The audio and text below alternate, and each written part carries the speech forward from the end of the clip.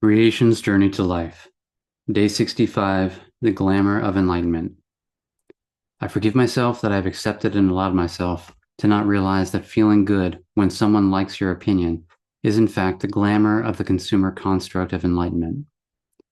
I forgive myself that I've accepted and allowed myself to not realize that the individual opinion and the respect of it is a result of individualizing the consumer to feel supported by consumerism and to develop an identity of the special, unique self that must have special, unique products to be fulfilled and essentially feel lighter, and thus be identified as enlightened.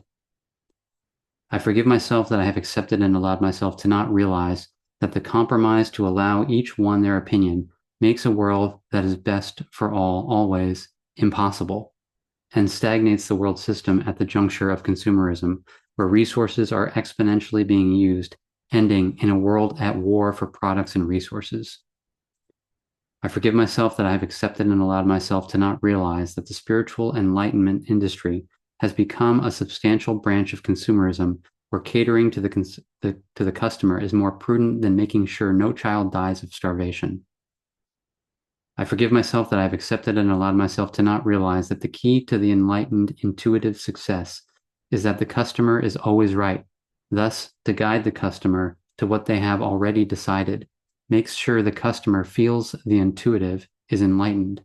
as the ego of self-interest has been served and confirmed by an external source.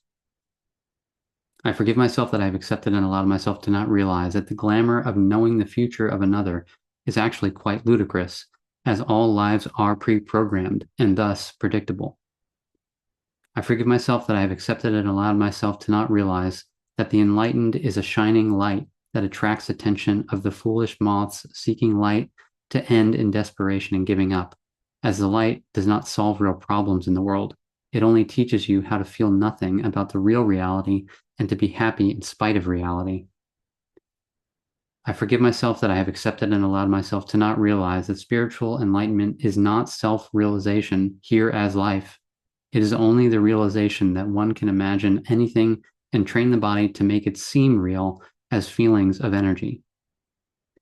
I forgive myself that I have accepted and allowed myself to not realize that glamour has become the desire of generations of children, consumerized into an all-knowing sense of product enlightenment,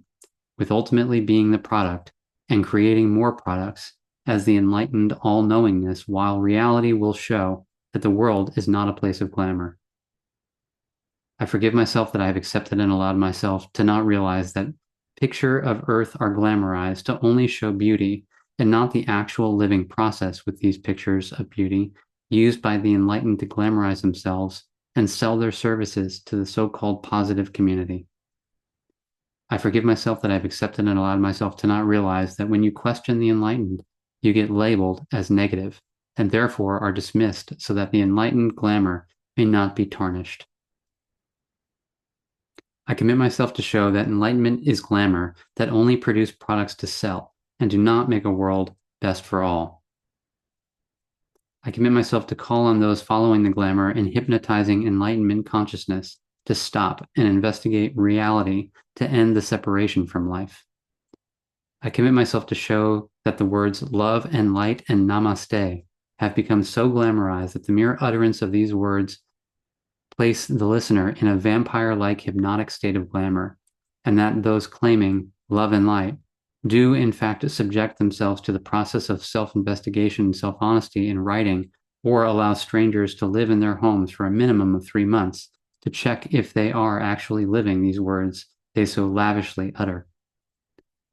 I commit myself to show that a light at night attracts moths to the flame as an example of nature, that the light can never be trusted, as it shines outwards to hide the inner dishonesty and teach the light to only act as a distraction as it always did, and that no light worker will ever stand for the principles of a world that is best for all life in all ways, as such a life of equality will have no glamour. I commit myself to show that self-interest as the unique, opinionated self is but a glamour-producing organic robot, seeking attention and validation, unable to let go of the ego to bring into being a world that is always best for all life. I commit myself to show consciousness is just glamorized self-interest, labeled to make it sound more than what it is, which allows real life on Earth to be turned into just consumer products.